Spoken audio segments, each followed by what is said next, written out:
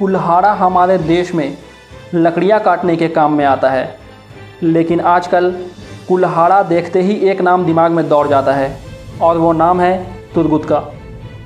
दिल्लीस Ertugrul के इस किरदार ने ना सिर्फ हिंदुस्तान और पाकिस्तान बल्कि दुनिया भर के लोगों को अपना दीवाना बना दिया है। तुर्गुत के कुल्हाड़ा चलाने के अंदाज ने सबको अपना फ़ैन बना लिया है।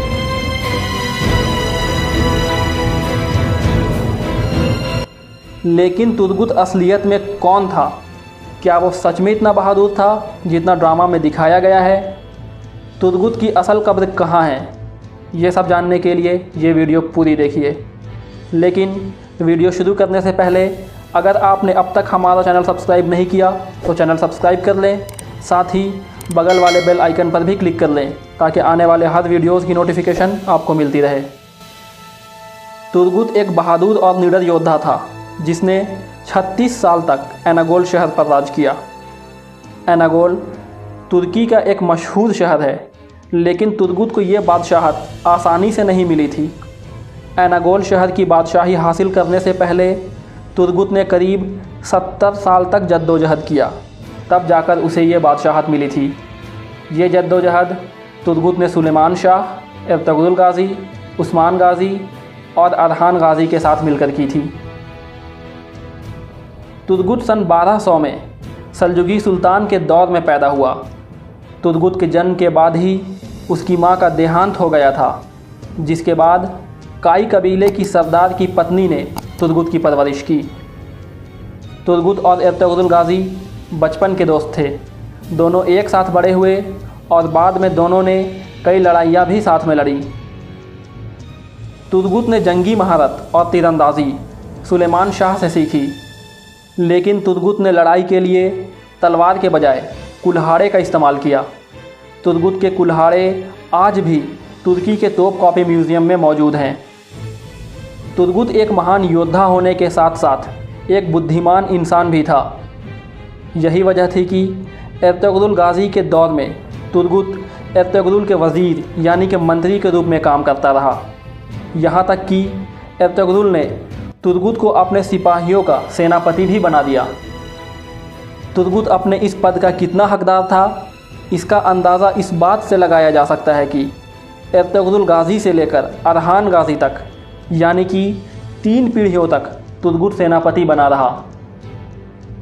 साल 1299 में उस्मान गाज़ी ने तुर्गुत को एनागोल शहर पर जीत हासिल करने के लिए भेजा और तुर्गुत ने अपनी बहादुरी से एनागोल पर जीत हासिल करते हुए वहां उस्मानी झंडा लहरा दिया। इसके बाद उस्मान गाज़ी ने तुर्गुत को एनागोल शहर की बादशाही दे दी, जिसके बाद तुर्गुत मौत तक एनागोल शहर का बादशाह बना रहा। साल 1325 में अरहान गाज़ी के आदेश पर गए एक जंग में तुर्गुत शहीद हो गया। जब युद्ध में तुर्गुत की मौत हुई तो उसके हाथ में उसका ट्रेडमार्क यानी कि कुल्हाड़ा मौजूद था। तुर्गुत के निजी ज़िंदगी के बारे में ज़्यादा जानकारी तो नहीं है, लेकिन इतिहास में उसके एक बेटे का जिक्र मिलता है। मशहूर ड्रामा सीरियल दिल्लीस इर्तुगरुल में तुर्गुत की भी दास्तान दिखाई गई है।